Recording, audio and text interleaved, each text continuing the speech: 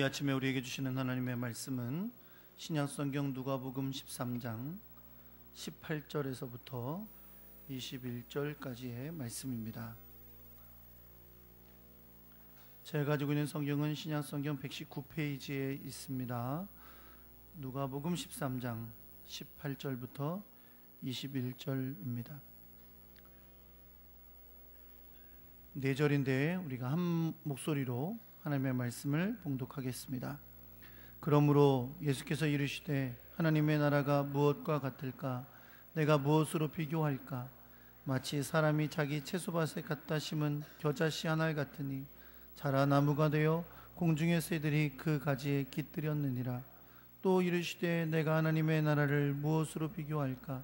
마치 여자가 가루 서말 속에 갖다 넣어 전부 부풀게 한 누룩과 같으니라 하셨더라. 아멘.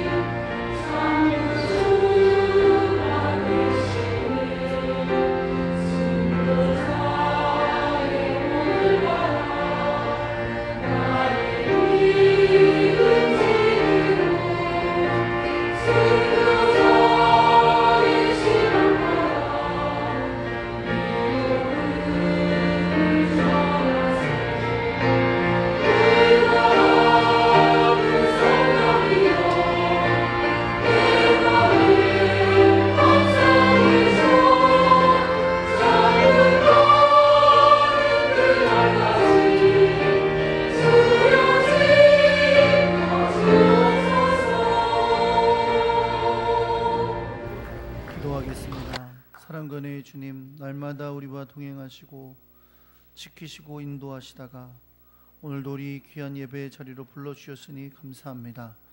주님 앞에 몸과 마음을 다하여 예배하면서 주님께서 허락하신 물질을 구별하여 하나님 앞에 드렸습니다. 주님께서 그 손길을 기억해 주시고 사랑과 은혜와 능력으로 갚아 주옵소서. 세상에서 승리하도록 주님의 지혜를 더하여 주시고 하나님의 사랑과 능력으로 세상 가운데 주님의 뜻을 이루는 복된 열매가 있게 하여 주옵소서. 하나님의 귀한 사랑으로 또 이 물질을 온전히 사용하사 하나님 나라의 일에 크게 쓰여지게 하여 주옵소서. 하나님의 말씀을 듣는 시간입니다. 성령의 역사하셔서 우리를 깨우쳐 주시고 지혜를 주사 주의 뜻을 알게 하시며 하나님의 뜻을 행할 결단과 믿음이 있게 하여 주옵소서. 이 시간을 주님께 맡깁니다. 우리 주 예수 그리스도의 이름으로 기도합니다. 아멘. 할렐루야. 옆에 계신 분들하고 인사하겠습니다. 잘 오셨습니다. 사랑합니다.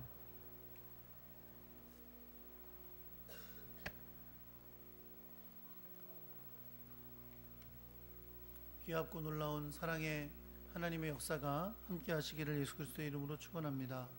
네. 지난주 이번주 벌초들 많이 하러 가는 그런 기간인데 오늘도 예배하러 오신 여러분에게 하나님의 귀한 역사가 함께 해줄 줄 믿습니다. 네. 다음 주가 추석 전날이에요. 다음 주 주일이. 그래서 아마 이제 고향이나 이런 곳으로 가시는 분들이 많이 계실 텐데 괜히 길거리에서 예배 시간 보내실 것 같으면 예배를 드리고 가셔야 돼요. 아셨죠? 네. 식사당 분들도 점심도 하시겠다고 하니까 네. 딱 예배 드리시고 점심 식사하시고 그렇게 출발하시는 게 좋습니다. 괜히 길거리에 서 계시지 마시고. 네.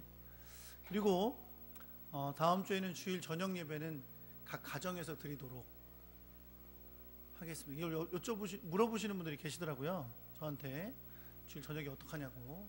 그래서 다음 주 주일만 가정 예배로 대체하도록 하겠습니다.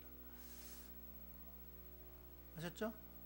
네, 예배 드리고 가시도록 하시고요. 혹 나는 그렇게 도저히 안 되니까 시골에 가서 고향에서 예배를 드리겠다 하시는 분 고향에 가셔서 깜짝 놀랄 만큼 헌금을 하고 오셔요.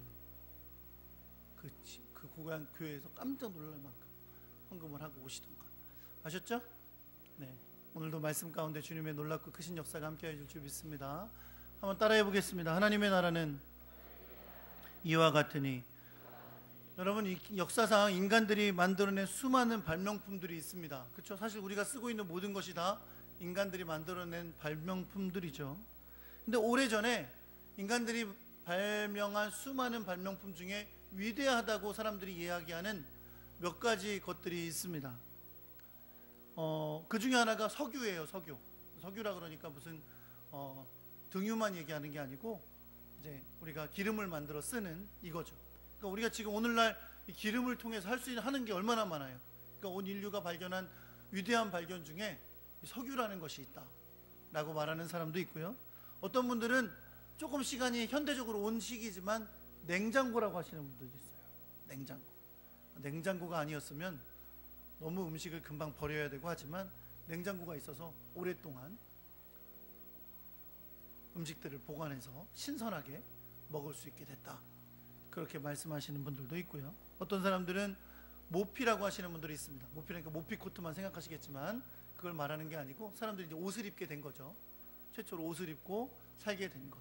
그래서 인간에게 옷이라는 것을 가지게 되었던 최초의 일들을 위대한 발명품이라고 이야기하는 사람들도 있습니다. 그런데 우리와 아주 친숙한 인간이 발명한 가장 위대한 것이라고 여겨지는 한 가지가 있어요. 그게 뭐냐면 소금입니다. 사람들은 소금은 인류의 식탁혁명을 가져온 물건이다 이렇게 말들을 합니다. 왜냐하면 소금이 음식에 맛을 내는 역할을 하게 됐다는 거죠. 지금 우리도 소금 없이면 음식을 먹는 걸 상상을 못할 정도잖아요. 그렇죠? 소금이 음식의 맛을 더하게 합니다.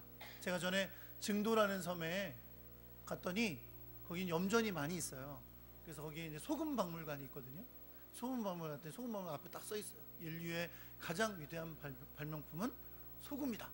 이렇게 써 있더라고요. 이걸 뭐 동감 안 할래야 안 할 수가 없는 게 맨날 소금 먹고 사니까. 그렇죠? 동감을 안 할 수가 없는 것이었습니다. 저희 딸이 중학생이잖아요. 요즘 학교를 맨날 다니는데 급식이 맛이 없어 죽겠대요. 근데 급식이 맛이 없는 이유가 무슨 메뉴가 나쁘거나 이런 게 아니래요. 너무 음식이 싱겁대요.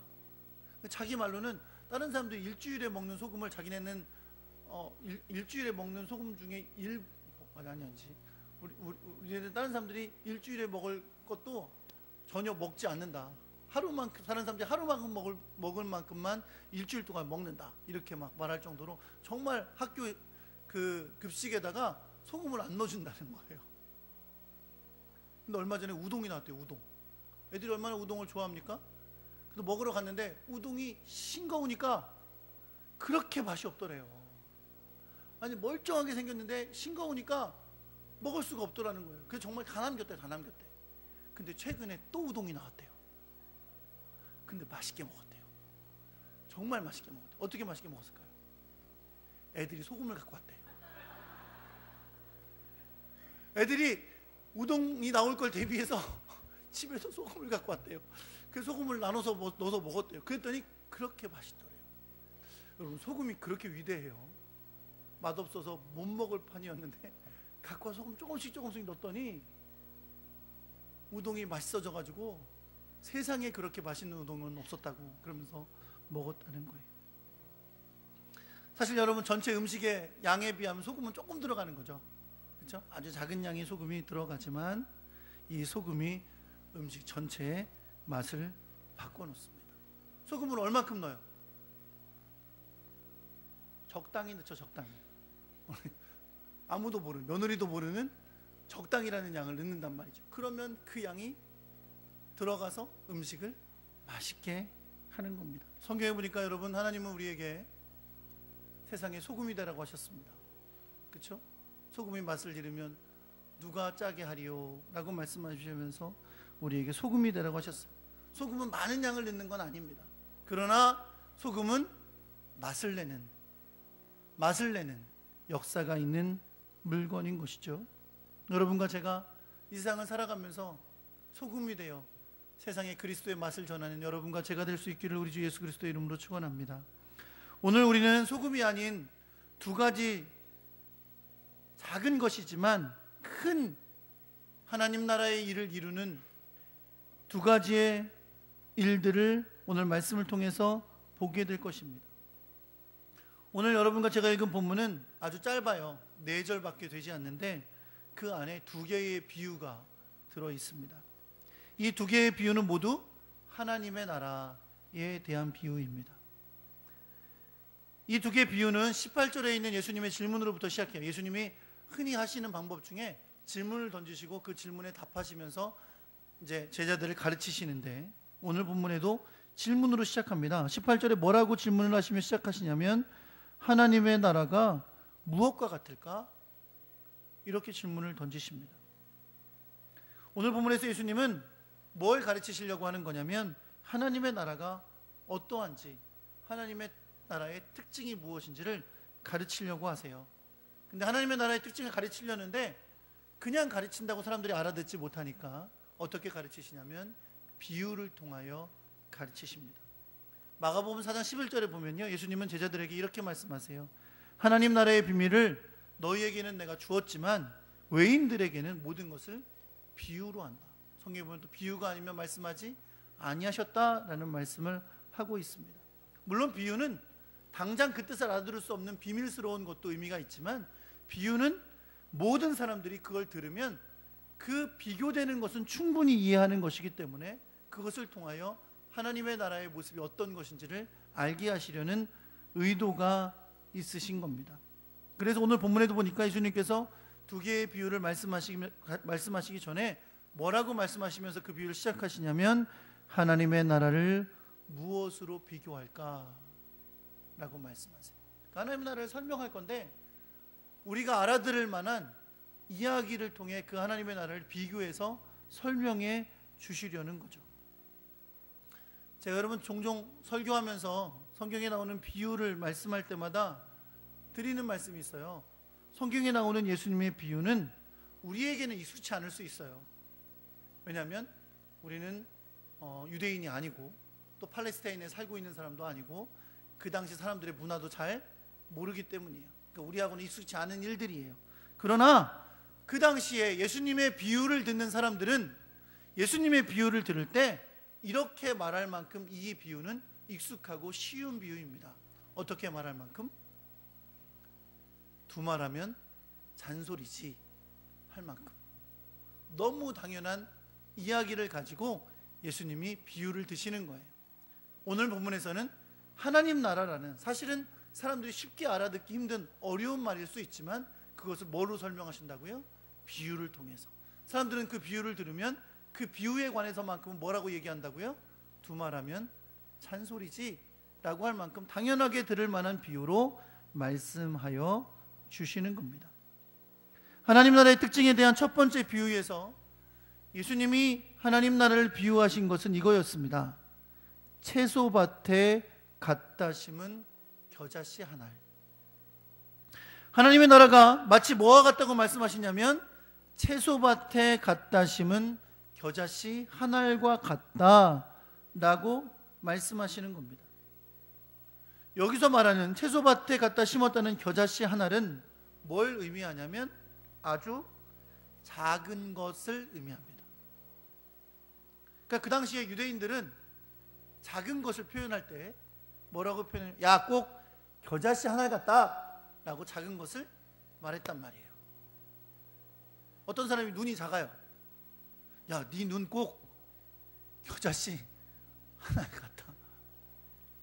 제가 그냥 비유를 그냥 예를 든 거예요. 진짜 유대인들이 그랬는지는 잘 모르겠어요. 눈 가지고 그랬는지는. 그렇게 말했다. 우리나라 사람들은 어떻게 말하죠? 작은 거 말할 때? 에? 콩알만하다 이런 말 하지 않아요? 네? 좁쌀만하다고. 그렇죠. 좁쌀만하다는 말도 하는구나. 그렇죠. 키가 작은 사람을 부를 때는 네, 땅콩만하다. 저는 그런 얘기를 들어본 적이 없습니다. 네. 그렇게 표현하는 것처럼 유대인들은 아주 작은 걸 볼 때 뭐라 그랬다고요? 아유, 저 겨자씨 한 알만하다 라고 작은 것을 비유로 이야기했었다는 거예요. 예수님이 지금 그 비유를 사용하시는 거예요. 사람들이 다 들으면 알만한 비유, 두말하면 잔소리지 할 만한 당연한 비유를 써서 겨자씨 한 알만한 겨자씨 하나를 밭에다 심었다, 아주 작은 것을 밭에다 심었다 라고 말하는 것이죠. 제가 성지순례를 갔었을 때요, 가이드 하시는 분이 겨자씨를 보여주셨어요. 근데 솔직히 생각보다 안 작더라고요. 그냥 콩만 같더라고요. 그래서 이상하다, 이거 겨자씨 아닌 거 아니에요? 그랬어요. 왜냐하면 전에 목사님들이 성지순례를 갔다 오시면 겨자씨라고 하는 걸 보여주신 적이 있어요. 근데 정말 조그맸었거든요. 그래서 이거 아닌 거 아니에요? 그랬더니 아닌 게 아니래요. 그러니까 자기가 보여준 게 겨자씨가 진짜 맞고 전에 목사님들이 겨자씨라 그러면서 가지고 사갖고 들어가셨다는 건 다 가짜래요. 이 목사님들이 겨자씨는 작아야 된다 생각하고 계시니까 이 가이드들이 겨자씨가 아닌 거를 갖다가 겨자씨라고 해서 봉투에다 이렇게 넣어가지고 팔았대. 지금은 목사님들이 다 알잖아요. 이제 다 아니까 그거 속지 않는데, 여러분 인터넷 찾아보세요. 겨자씨를 찾아보면 겨자씨 그렇게 작지는 않습니다. 근데 그럼에도 불구하고 겨자씨는 큰 거는 결코 아니에요. 우리가 땅콩만하다고 작은 걸 얘기하듯이, 좁쌀만하다고 작은 거 얘기하듯이 아주 작은 것을 의미하는 것입니다. 중요한 건 뭐냐면 정말 겨자씨가 얼마나 작았냐라는 게 중요한 게 아니라 이렇게 작은 씨 하나가 채소밭에 심겨졌더니 자라나서 나무가 되었다는 거예요. 심지어 얼만큼 큰 나무? 공중의 새들이 깃들일 만큼의 큰 나무가 되었다라고 말씀하고 있는 겁니다. 겨자나무 보신 적 있어요? 겨자나무가 그렇게 보기 힘든 나무인가요? 잘 모르겠네요. 저는 잘 모르겠어요. 저는 천안이라는 큰 도시에서만 살아가지고 잘 모르겠는데, 그 이스라엘에 가면 갈릴리 주변에는 겨자나무가 많아요. 근데 깜짝 놀랄 것은 겨자나무가 생각보다 크지는 않아요. 그러니까 오늘 우리가 나오는 이 겨자나무는 크게 자라면 3m 정도가 되는 나무예요. 근데 그럼에도 불구하고 그 나무에도 충분히 새가 깃들일 만큼의 크기의 나무가 됩니다. 이럴 수는 없잖아요. 여러분, 사람들이 다 겨자씨를 가장 작은 씨로 이야기하는데 아유 겨자씨만한 이렇게 얘기하는데 겨자씨를 심었더니 큰 소나무가 맺었어. 이렇게 말할 수는 없잖아요. 그렇죠? 그러나 겨자씨도 작은 것이 심지만 나무로 자란다는 거예요. 얼마만큼? 새들이 깃들일 만큼 큰 나무로 자란다는 걸 말씀하고 있는 겁니다. 여러분, 예수님은 지금 이것을 하나님 나라의 역사의 특징으로 말씀하고 있는 거예요. 아주 작은 겨자씨 많은 것이 심겨지지만 그것이 큰 나무로 자라고 심지어 새들이 깃들일 만큼 큰 나무가 된다라는 것을 하나님 나라의 비유로 말씀하고 계신 겁니다. 사랑하는 성도 여러분, 분명 하나님의 나라는 예수님의 오심으로 시작됐습니다. 여러분 그렇게 믿으십니까? 하나님의 나라를요, 우리가 보통 천국이라고 부르잖아요. 그러니까 사람들이 자꾸 어떻게 생각해요? 죽은 다음에 가는 걸로만 하나님 나라를 생각해요. 그러나 여러분, 성경은 하나님의 나라는 이미 예수님께서 선포하시면서 예수님이 이 땅에 오심으로 시작되었다고 말씀합니다. 그러니까 여러분과 저는 아직 가지 않았지만 무슨 백성이라고 불러요? 하나님 나라의 백성이라고 불러요. 예수 그리스도를 주로 고백하고 하나님을 왕으로 섬기는 여러분과 저는 이미 하나님 나라의 백성 된 것을 믿으시기 바랍니다. 완성된 건 아니에요. 언제 완성돼요? 주님이 다시 오실 때 완성돼요. 그래서 하나님의 나라는 뭐와 뭐 사이에 있다?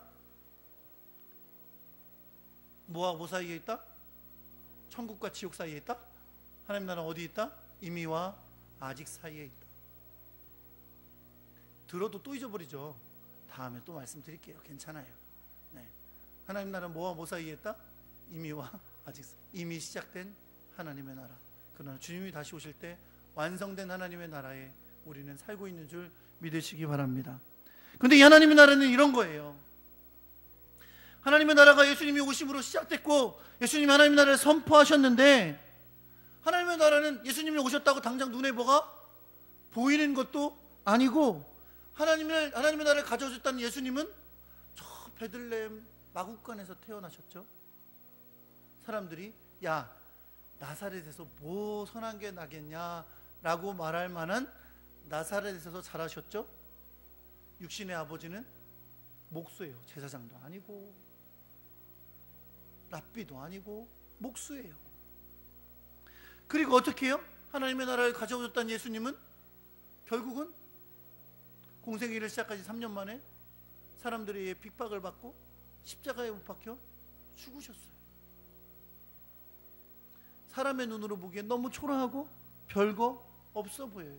더더군다나 하나님의 나라는 메시아에 의해서 가져오게 돼서 이 나라가 큰 제국을 이루고 큰 번영하는 나라가 될 거다라고 기대했던 유대인들의 눈에는 예수님이 오셔서 선포하시는 이 하나님의 나라가 너무 작고 초라한 것으로만 보였다는 것이죠. 마치 겨자씨만한 아주 작은 것으로만 보였다는 겁니다. 그러나 사랑하는 성도 여러분, 겨자씨에는 생명이 있는 줄 믿습니다. 하나님의 나라는 생명력이 있기 때문에 비록 그것이 사람의 눈에 보기엔 작게 시작됐을지라도 놀라운 하나님의 역사를 이루게 되는 것입니다. 하나님의 나라가 심겨지면 그 시작은 너무나 작아 보일지 모르지만 그 안에 생명이 역사하기 때문에 생명이 살아나고 성장하게 되는 줄 믿습니다. 어느 만큼요? 아주 작은 겨자씨만한 것으로 보였지만 새가 깃들 만큼 큰 나무가 되는 것처럼 놀라운 하나님의 나라의 역사가 일어나게 되는 것을 여러분 믿으시기 바랍니다. 여러분, 나무에 공중의 새가 깃들인다는 표현이 오늘 말씀에 있었잖아요. 나무가 자라나 공중의 새들이 깃들이느니라. 이 말씀은 구약의 에스겔과 다니엘서 말씀에 보면 어떤 의미로 사용됐냐면, 큰 제국이 있잖아요. 바벨론 제국, 로마 제국 같이 이런 큰 제국은 다 뭐가 있어요? 속한 속국들이 있어요. 식민지들이 있단 말이죠. 그걸 제국이라고 하는데, 성경에서 다니엘서, 에스겔서에 보면 이 나무에 공중에 나는 새들이 깃들인다는 표현을 사용하는 건 거의 그럴 때 사용했어요. 큰 제국이 있고 그 밑에 여러 나라들이 속국으로 있는 것을 표현할 때, 큰 나무가 제국이고 그 나무 공중에 새들이 깃들인다는 건 그 밑에서 살아가고 있는 작은 나라들이 있다는 것을 표현할 때 사용됐습니다. 예수님의 비유를 통해 이 공중의 새가 나무에 깃들이는 것을 표현한 것은 이런 거예요.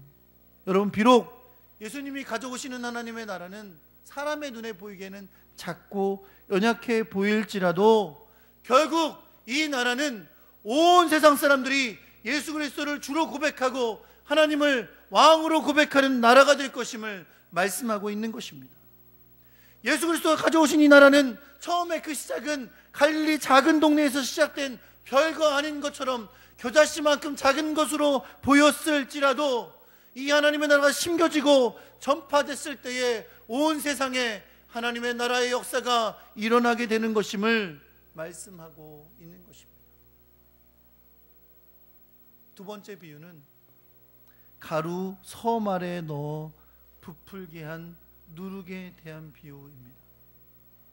이 비유도 뭐에 대한 비유냐면, 미리 말씀을 드리면 아주 작은 양의 누룩이 큰 결과를 가져온다, 그걸 말씀하는 거예요. 본문이 말하고 있는 가루 서말은, 어르신들은 가루 서말 그러면 어느 정도 느낌이 오시죠? 어느 정도인지 고개 끄덕끄덕 하시는 분들은 느낌이 오신 분들이에요. 그렇죠? 저는 잘 몰라서, 저는 말 이런 거 아직 익숙하지 않아서 잘 몰라요. 그래서 찾아보니까 이것이 39리터 정도가 된다 그래요. 뭐 많은 양도 아니고 적은 양도 아닌 밀가루예요. 근데 중요한 건 뭐냐면, 밀가루가 많고 적은 게 중요한 게 아니라 뭐가 중요한 거냐면, 예수님은 여기에 누룩을 넣었다라는 말씀을 한 거예요. 원문에 보면요, 한 여인이 몰래 감추어 누룩을 넣었다라는 의미로 기록되어 있어요. 여러분, 이건 이런 뜻입니다. 하나님의 나라가 씨가 뿌려지는 것은 사람들이 알지 못할 정도로 작고 비밀스러운 거라는 거예요. 그렇죠? 여러분, 예수님이 2000년 전에 이 땅에 오셨어요. 그렇죠? 예수님이 공생애를 시작하면서 회개하라, 천국이 가까이 왔느니라 라고 하나님의 나라를 선포하셨는데, 그때 대한민국은 뭐 하고 있었을까요? BC 0년 정도 되는데 BC AD 0년 정도 돼요. 그렇죠? 아니, AD 30년 정도 됐겠구나. 우리나라로 말하면 무슨 시절? 호랑이 담배 피던 시절. 그때 대한민국에 살고 있던 어떤 사람들이, 그때 대한민국도 아니었지만 예수님에 대해서 관심이 있었을까요? 하나님의 나라에 대해서 관심이 있었을까요? 아무 관심 없었을 거예요. 하나님의 나라는 그렇게 시작됐어요. 아주 비밀스럽게 많은 사람들이 알지도 못하는 그곳에서 하나님의 나라가 시작된 것이죠. 그러나 여러분, 그 적은 누룩을 비밀리에 그 여인이 넣자 그 가루가 부풀어 올라 크게 된 것처럼, 하나님의 나라는 아주 작은 것처럼 비밀스럽게 시작된 것처럼 보이지만, 누룩이 큰 가루를 부풀게 만든 것처럼 놀라운 역사를 하나님의 나라는 가져온다는 것을 말씀하고 있는 겁니다. 예수님은 오늘 말씀에서 밀가루를 하나님의 나라라고 말씀하신 게 아니에요. 팽창된 것을 하나님의 나라를 말씀하신 게 아니라 그 팽창을 가져오는 누룩을 하나님의 나라라고 말씀하고 있는 겁니다. 여러분, 사실 누룩이란 단어는 성경에 자주 등장합니다. 구약 성경에는 하나님께서 이스라엘 백성들을 애굽에서 구원하실 때 유월절을 지키라고 명령하시는데, 유월절과 함께 무교절을 지키도록 하세요. 7일 동안 무교절을 지내는데, 무교절이라는 말 자체가 무슨 뜻이냐면 누룩 들어가지 않은 무교병을 먹이라는 뜻입니다. 급히 출애굽에 나오는데 언제 누룩을 넣어서 부풀리게 해요? 그냥 무교병을 먹는 것을 기념해서 무교절을 지키게 했습니다. 또 레위기의 말씀에 보면 소제를 지키는 방법에 대해서 하나님께서 말씀하시는데, 그때 소제에 드릴 빵도 누룩을 넣지 말라고 말씀합니다. 이 모든 것들은 아주 실생활 속에서 있는 이야기지만, 하나님께서 이 누룩이 크게 팽창하게 하는 것을 상징하는 반면에, 동시에 그것은 사실은 몸에 해롭지 않은 곰팡이를 만드는 게 이게 누룩의 효과잖아요. 그 같은 것은 순수하지 않은, 깨끗하지 않은 것을 상징적으로 보여주는 말씀으로 쓰기도 했습니다. 그 같은 것을 사용하는 것은 신약에 더 많이 나옵니다. 신약은 예수님께서 오늘 본문 말고도 누룩이라는 단어를 사용하신 적이 있는데, 마가복음 8장 15절과 누가복음 12장 1절에서 바리새인과 헤롯의 누룩을 주의하라, 이렇게 말씀하신 적이 있어요. 이때 누룩은 번져가고 퍼져가는 잘못된 가르침, 외식적이고 형식적인 신앙이 퍼져가는 것에 대해서 주님이 경고하신 거였습니다. 사도 바울도 누룩이라는 표현을 사용했습니다. 갈라디아서 5장 9절에 보면 적은 누룩이 온 덩이에 퍼지느니라 라고 말씀. 아주 작은 누룩이지만 온 덩이에 퍼지는 것처럼 갈라디아 교회 안에 있는 거짓 교사들의 잘못된 가르침을 주의하라고 말씀하셨던 겁니다. 여러분, 어쨌든 이 누룩은 성경에서 뭘 나타내는, 크게 번지고 크게 만드는 그런 의미로 사용되어 왔습니다. 오늘 본문에서는 이 작은 누룩이 밀가루에 넣어져서 큰 빵으로 부풀어지듯이 하나님의 나라가 아주 작은 것에서 시작된 것 같지만 놀랍고 귀한 변화와 성장이 일어나는 것을 말씀하여 보여주는 것입니다. 말씀의 결론을 맺겠습니다. 작은 겨자씨를 심은 것, 밀가루에 적은 양의 누룩이 들어간 것, 하나님의 나라가 아주 작은 모습으로 시작되지만 그 안에는 생명이 있어서 그리고 능력이 있어서 큰 변화를 일으키는 것을 말씀하신 것입니다. 어찌 보면 작은 겨자씨가 이 큰 나무를 이루는 것은 외적으로 크게 되는 것을 표현한 것이고, 누룩이 크게 부풀어 오르는 것은 안에서부터 시작된 변화가 큰 일을 이루는 것을 의미한다고 볼 수 있습니다. 중요한 것은 여러분 이것입니다. 하나님의 나라는 생명이 있다는 거예요. 그것이 비록 처음에는 작아 보일지라도 생명이 있어서 성장하고 역사를 일으킨다는 겁니다. 여러분 한번 생각해 보세요. 예수님에 의해 시작된 이 하나님의 나라 사역, 처음에는 얼마나 초라했어요. 세계 지도를 펴서 이스라엘을 찾아보신 적이 있습니까? 이스라엘을 찾기 쉽지 않습니다. 너무 작아서.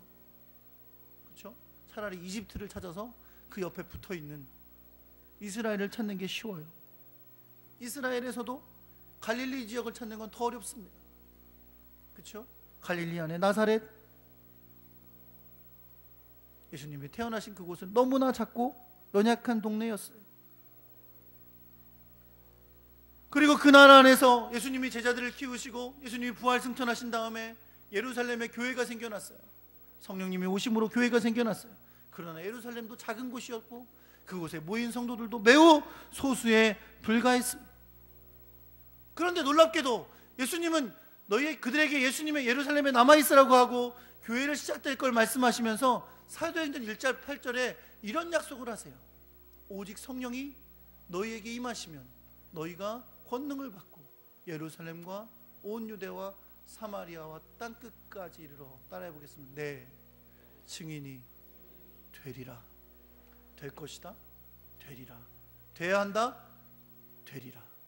주님은 되리라고 말씀하셨어요. 하나님의 나라는 아주 작은 숫자에 의해서 작은 동네에서 연약하게 시작됐는지는 모르지만 주님이 사도행전 1장 8절에 약속하신 대로 성령이 그들에게 임하시고 교회가 생겨났을 때에 온 유대와 사마리아와 땅 끝까지 이르러 하나님의 놀라운 역사가 이루어진 것을 여러분 믿으시기 바랍니다. 예수님이 오신 이후 2000년이 넘게 지난 지난 2010년에 전 세계 종교 인구를 조사한 것이 발표됐어요. 전 세계의 예수를 믿는 그리스도인들의 인구는 21억 8천만 명입니다. 전 세계 종교를 믿는 사람 중에 31.5%가 기독교 신자입니다. 여러분, 무슬림이 두 번째예요. 무슬림이 21% 정도 되는데, 무슬림과 비교할 수 없는 기독교의 특징은 무슬림은 지역적으로 편중되어 있습니다. 무슬림들이 많이 모여있는 동네는 정해져 있어요. 대부분 중동이고 아프리카, 그리고 동남아시아, 인도네시아, 말레이시아 이런 데 큰 도시죠. 그러나 기독교는 전 세계에 두루 퍼져 있습니다. 땅끝까지 주의 복음이 전해진 것을 여러분 믿으시기 바랍니다. 오랫동안 기독교는요, 전 세계의 서쪽에 그리고 북쪽에 자리 잡고 있었어요. 그러나 기독교 역사가 2000년이 지나오면서 이제 수많은 사람들이 전 세계의 동쪽에 그리고 남쪽에 생겨났어요. 지금은 이제 오히려 동쪽과 남쪽에 기독교인이 더 많다고 이야기를 하고 있습니다. 저 예루살렘의 작은 곳에서 태어나신 그 주님, 나사렛이라는 시골 동네에서 자라셨던 그 주님, 그 주님에 의해서 생겨난 작은 교회가 불꽃을 일으켜서 아주 작은 겨자씨와 같았지만, 밀가루에 들어간 아주 작은 누룩과 같았지만 놀라운 생명의 역사를 일으켜 온 땅 끝까지 주의 복음이 전해지는 역사가 일어난 것을 여러분 믿으시기 바랍니다. 우리에게도 하나님의 나라가 임한 줄 믿으시기 바랍니다. 하나님의 나라는 외적인 숫자만이 중요한 게 아니에요. 하나님의 나라는 우리의 삶 가운데 예수 그리스도가 주와 왕으로 고백되어지는 것이고, 우리를 통하여 주님이 예배를 받으시는 것이고, 그 하나님의 말씀에 순종하는 것입니다. 그러므로 여러분과 저도 하나님 나라의 씨앗이 되어야 될 줄 믿습니다. 하나님 나라의 누룩이 되어야 될 줄 믿습니다. 우리가 가는 곳곳마다 우리는 너무나 작고 연약하지만 우리가 주의 복음을 가진 하나님 나라의 씨앗이 된다면 그곳에서 하나님 나라의 귀한 생명의 역사가 나타나게 될 것을 믿으시기 바랍니다. 또한 지금도 온 세계의 열방 가운데 주님을 알지 못하는 그곳에 우리의 모습은 너무나 초라할지라도 우리의 작은 씨앗을 던지고 우리의 누룩을 던질 때에 하나님의 생명의 역사가 그곳 가운데 일어나 온 세계 열방 가운데 주의 복음의 역사가, 하나님의 나라의 역사가 일어나게 될 줄 믿습니다. 그 놀라운 하나님 나라의 역사에 쓰임받는 여러분과 제가 되기를 우리 주 예수 그리스도의 이름으로 축원합니다.